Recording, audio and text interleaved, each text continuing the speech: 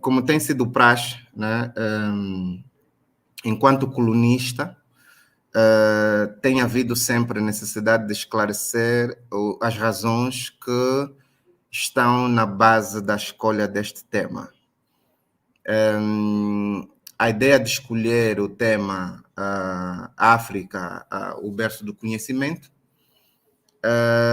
tem a ver com uma abordagem que ouvi, por acaso, de alguém muito influente aqui do nosso país, quando essa pessoa, portanto, afirmava que a África era um continente iletrado e que, com exceção do Egito, não havia escrita, né? Escrita em África. E que os europeus é que nos alfabetizaram. Pronto, isso levou uma espécie de indignação geral, mas a forma como esta pessoa que fez essa afirmação foi ovacionada deixou-me bastante preocupado, daí ter escolhido estes dois seres humanos fantásticos. Um ainda não está aí, para conversarmos então sobre as várias dimensões do conhecimento africano.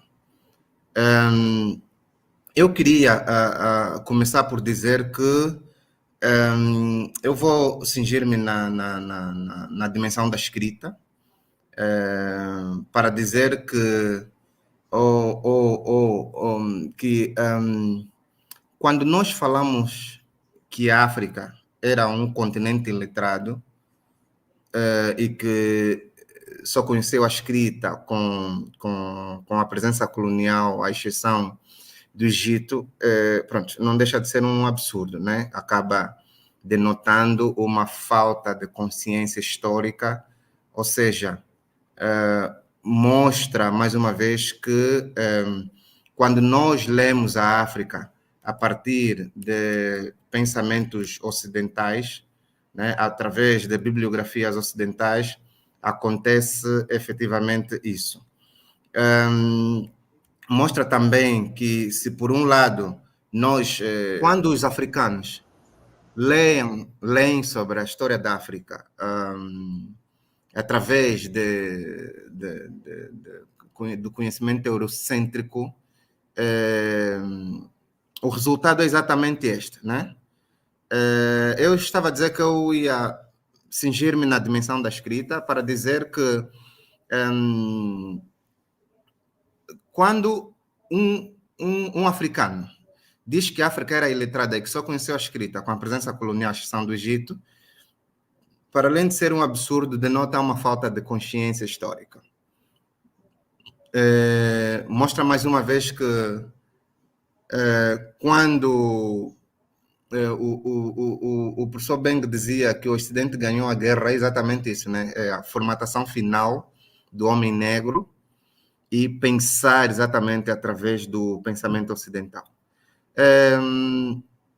Nós temos consciência de que o continente africano não detém exatamente o monopólio da origem da escrita, mas a sobrevivência dessa prática depois do fim das civilizações, refiro-me aqui, por exemplo, a do Vale do Nilo, manteve-se muito forte ao nível daqui do continente africano. A lista é certamente incompleta dos vários sistemas de escrita africanos que já foram descobertas aqui ao nível do continente. É bastante forte e também é muito importante porque existiram outros sinais de escritas que foram desaparecendo ao longo dos 500 anos de destruição do nosso continente. Silvani, é importante também que nós tenhamos algum interesse em observar que os sistemas de escritas ainda estão muito enraizados naquela região da zona do Nilo, o que, de facto, vem reforçar a noção de alguma unidade, alguma identidade negra na região. Ora, Sem querer ofender os ideólogos ocidentais, e porque essa narrativa se tem propagado por muitos africanos aqui ao nível do continente, mas a África não teve apenas uma dita tradição oral, né? A África também teve tradição escrita. E isso vem sendo cada vez mais provado, não apenas por documentos escritos, né, que já foram desclassificados, mas também porque tem havido novas descobertas arqueológicas que determinam a existência de dezenas de ideogramas do Kush, só para termos ideia, e outros tipos, né? Quando nós falamos de ideogramas, estamos a falar de... Como é que eu explico isso? Um ideograma pronto, é um símbolo gráfico, não é? Que não tem som nem articulação, e ele é utilizado para representar um objeto ou uma ideia. Ou seja, é um conceito abstrato, né? Porque quando nos socorremos ao sistema de escritas ideográficos, né, a ideia é que originalmente ela é concebida e enquadrada na antiguidade.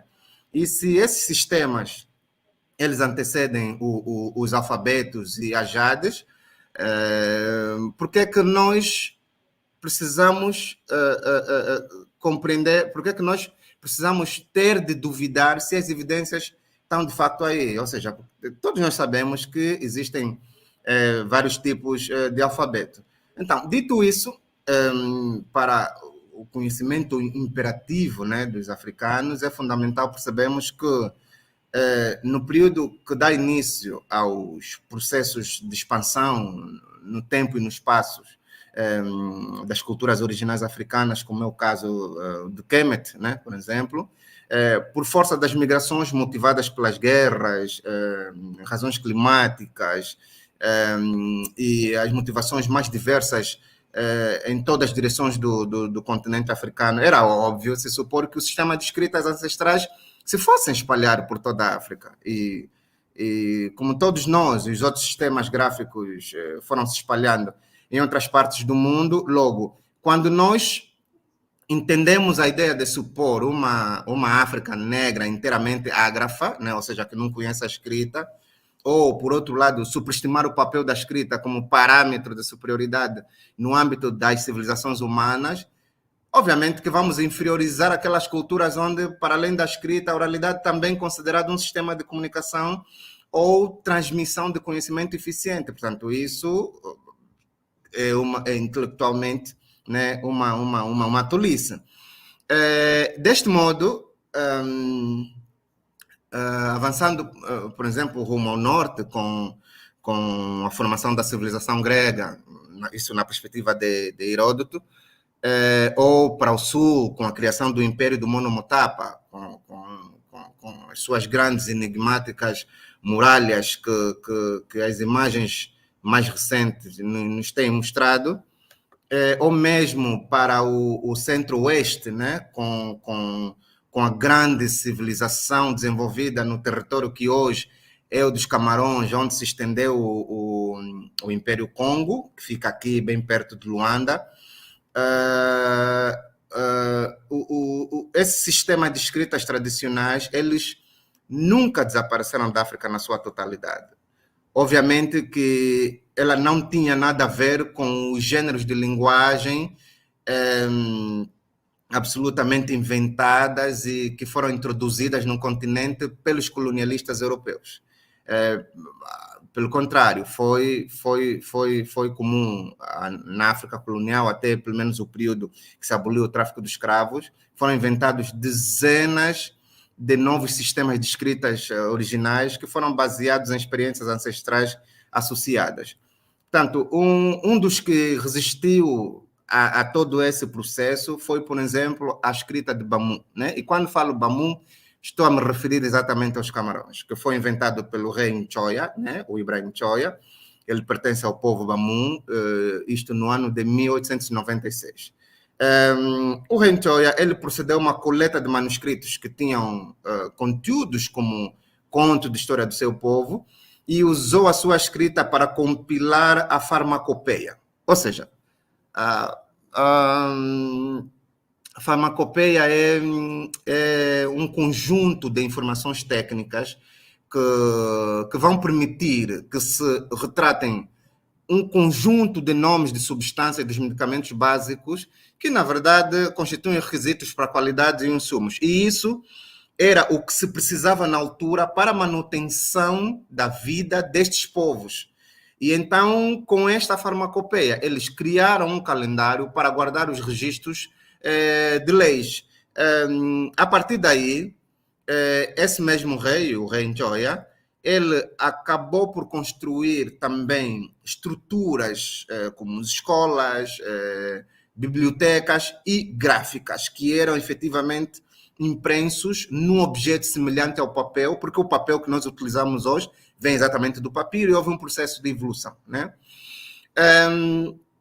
E o que é importante ressaltar aqui é que a primeira versão dessa escrita, da escrita de Mamu, incluía 465 símbolos. Ou seja, o rei Nhoia era um homem muito sábio. Ele acabou por qualificar essa escrita muitas vezes, até que ele chegou à invenção de um silabário, né? O silabário que é escrito da direita para a esquerda, a Kuauku, né? Ou da direita para a esquerda, Kuauquá, né? E essa escrita, ela representava cerca de 73 sílabas e tinha 42 combinações, 10 numerais e 5 pontuações.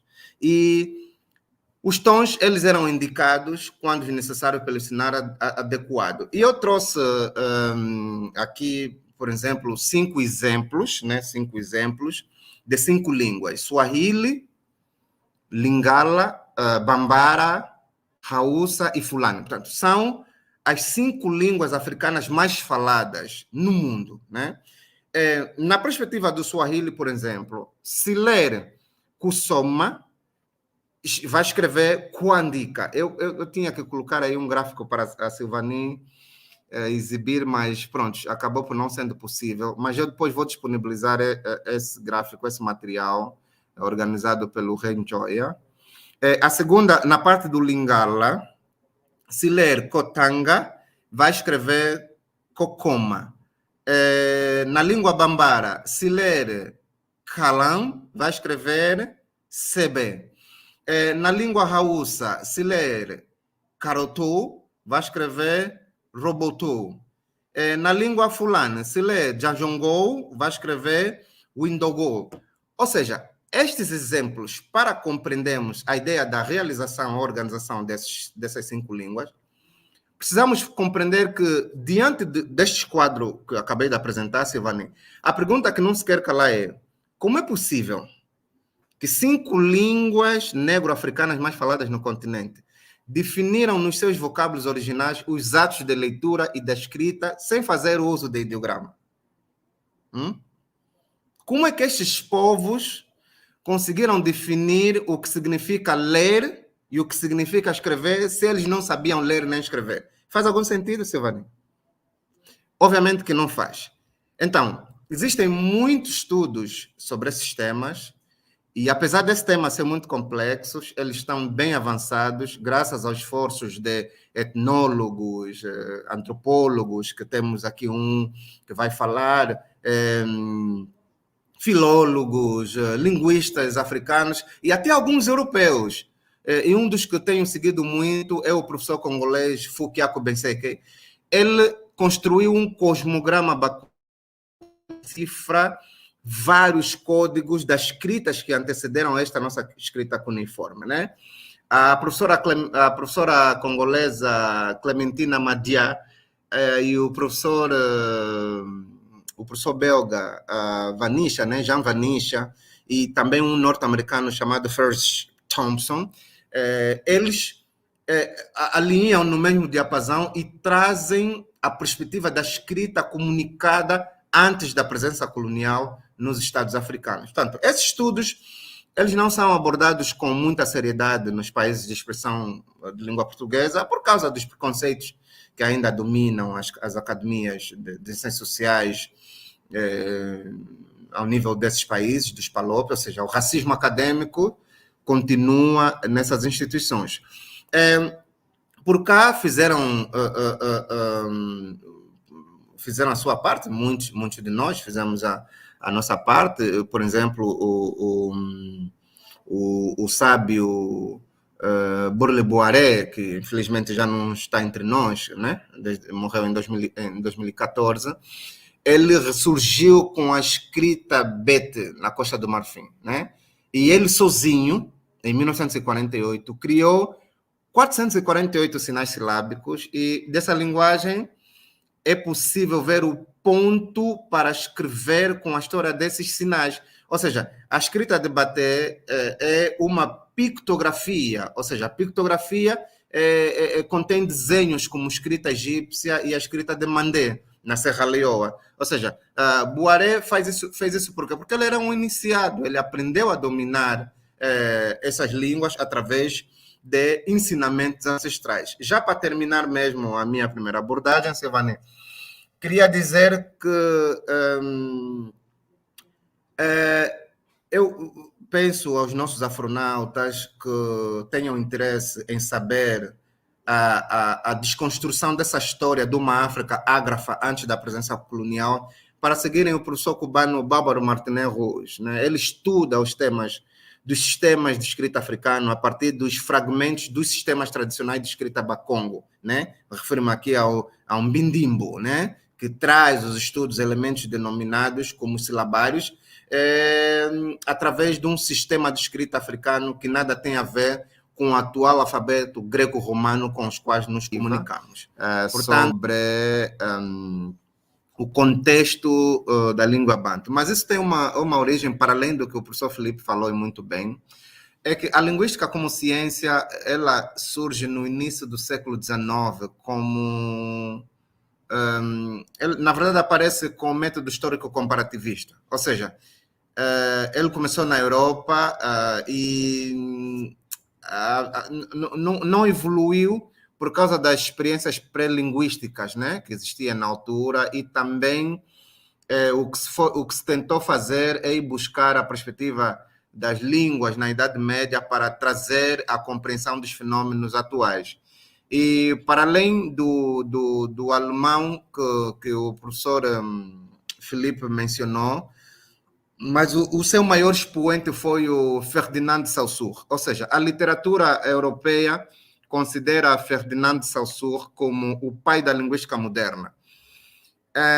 E esse senhor, o Ferdinand de Saussure, ele elege como objeto a língua enquanto sistema e estabeleceu uma espécie de dicotomia que demarcam-se da linguística sincrônica.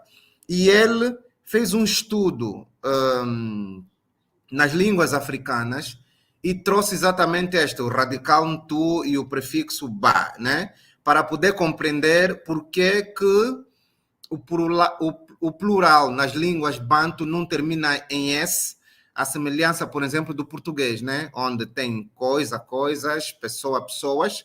Entretanto, não utilizou este método onde qualificou, né? Segmentou por região essas línguas e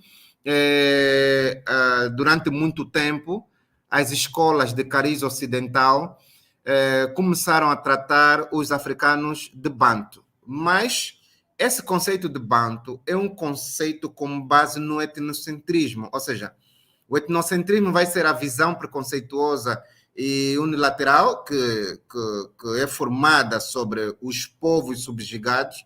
No caso, nós estamos a falar da cultura, da nossa espiritualidade. Por quê? Porque esse conceito se refere a um hábito de julgar inferior a uma cultura diferente da sua própria cultura. E, a partir daí, é que eles, quando fizessem o método comparativo entre instituições, né, elas podiam ter as mesmas características, mas tinham designação diferente, né? Por exemplo, um conjunto de pessoas que vivem numa aldeia na Sicília, em Itália, não é considerado um grupo étnico, né? Aliás, mesmo aqui ao nível da África Central, de realidades que eu conheço, onde já estive, por exemplo, as universidades ao nível do Ruanda, no Senegal, na Nigéria, este conceito de grupo étnico já foi erradicado nas universidades, portanto, substituído por grupos socioculturais. Mas todos esses elementos que têm a ver com o etnocentrismo abordam uma generalidade dos factos que se estendem por todas as áreas.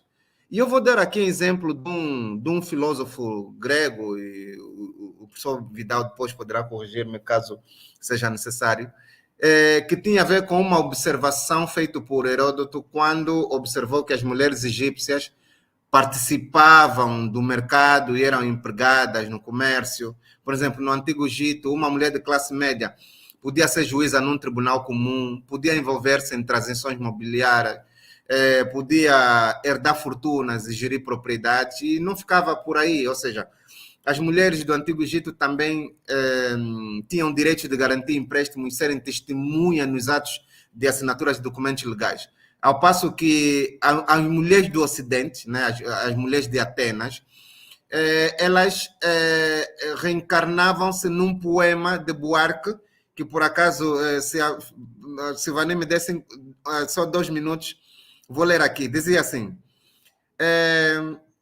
mulheres de Atena, mirem-se no exemplo daquelas mulheres de Atenas, veem para os maridos orgulhos e raça em Atenas. Quando amadas, se perfumam, se banham com leite e arrumam suas melenas. Quando fatigadas, não choram, se ajoelham e pedem e imploram as mais duras penas, né? Isso para dizer o quê? Se nós olharmos para essa poesia de Cadena, fazendo referência às mulheres de Atenas, comparativamente às mulheres do Egito, nós vamos ver que naquela primeira fase é possível observar uma redunda composição e análise, onde demonstra assim, a obrigação da mulher se moldar para atender às regras sociais que eram estabelecidas por essa sociedade ateniense. Ou seja, isso leva-nos a desconstruir que a cultura do patriarcado vem exatamente de Atenas, que é a Europa, né? E que era uma prática comum, tendo em conta que todos os homens não eram apenas os mandões da casa, mas eram também os mandões da sociedade. Ainda fazendo análise a essa poesia, Sivani, vamos compreender que quando vimos os diálogos dos dilemas vividos pelas mulheres europeias, na altura eram permanentes, uma vez que a mulher tinha a obrigação de manter a casa limpa, independentemente da imundície do marido, né, para ceder, por exemplo, à vontade sexual, e a violência na segunda estrofe, quando dizia: quando fatigados não chorem, apesar do sofrimento, silenciam, ajoelham e imploram duras penas, mostra exatamente aí o papel da submissão, né, nas mulheres atenienses, e representa o excelente símbolo do cumprimento da mulher, trazendo assim o auto-ódio. E para nós compreendermos isso, relacionamos isso com o patriarcado enquanto um instrumento de subjugação feminina, tendo em conta que as mulheres de Atenas, em comparação com as mulheres do Egito, né, havia uma abismal comparação. E isso ficou esclarecido quando trazemos, por exemplo, a ideia do Alexandre o Grande, que é visto como um dos maiores poentes do heroísmo europeu, porque ele foi um dos maiores propagadores do sistema patriarcal, e essa propagação é manifestada no comportamento patriarcal ou machista, se quisermos, e esses pensamentos lhes foram passados num contexto de submissão por um pensador europeu que é estudado até hoje nas academias modernas, que foi exatamente o Aristóteles. Portanto, foi Aristóteles que o moldou desde a adolescência, usando exatamente esse discurso tóxico de superioridade masculina para implementar naquelas sociedades atenienses. Portanto, embora muitos teóricos europeus, isso do século XV até o século XVII, eles concordam com essa visão de Aristóteles de que o lugar da mulher na sociedade é um lugar de inferioridade. Nenhum deles tentou provar a obrigação política na base de uma família patriarcal. Nem sequer é considerado essas ideias, umas ideias opostas àquilo que existia efetivamente em África. Então, isso para dizer que muitos desses ensinamentos que são propagados pelas academias ocidentais, elas vieram de África e depois foram deturpadas por essas academias, utilizando esse conceito que o professor Felipe Vidal disse muito bem, que tem como base o etnocentrismo. Portanto, há aqui muitas abordagens para se fazer em torno da África, o berço do conhecimento, a origem do conhecimento. Isso podia dar para muito mais lives, mas dizer que a África e a sabedoria africana, ela passa de geração a geração, começa exatamente com estes códigos de escrita que ao longo de mais de 500 anos foram apagados e hoje nós somos obrigados a utilizar o alfabeto grego-romano que vem da escrita cuneiforme para nos podermos comunicar numa língua que nunca foi nossa, que acabou por ser responsável pela destruição da nossa espiritualidade. Felizmente, consoante o tempo vai passando, os africanos vão tendo consciência histórica e há essa necessidade de nós regressarmos ao passado para mostrarmos o que é a nossa verdadeira identidade.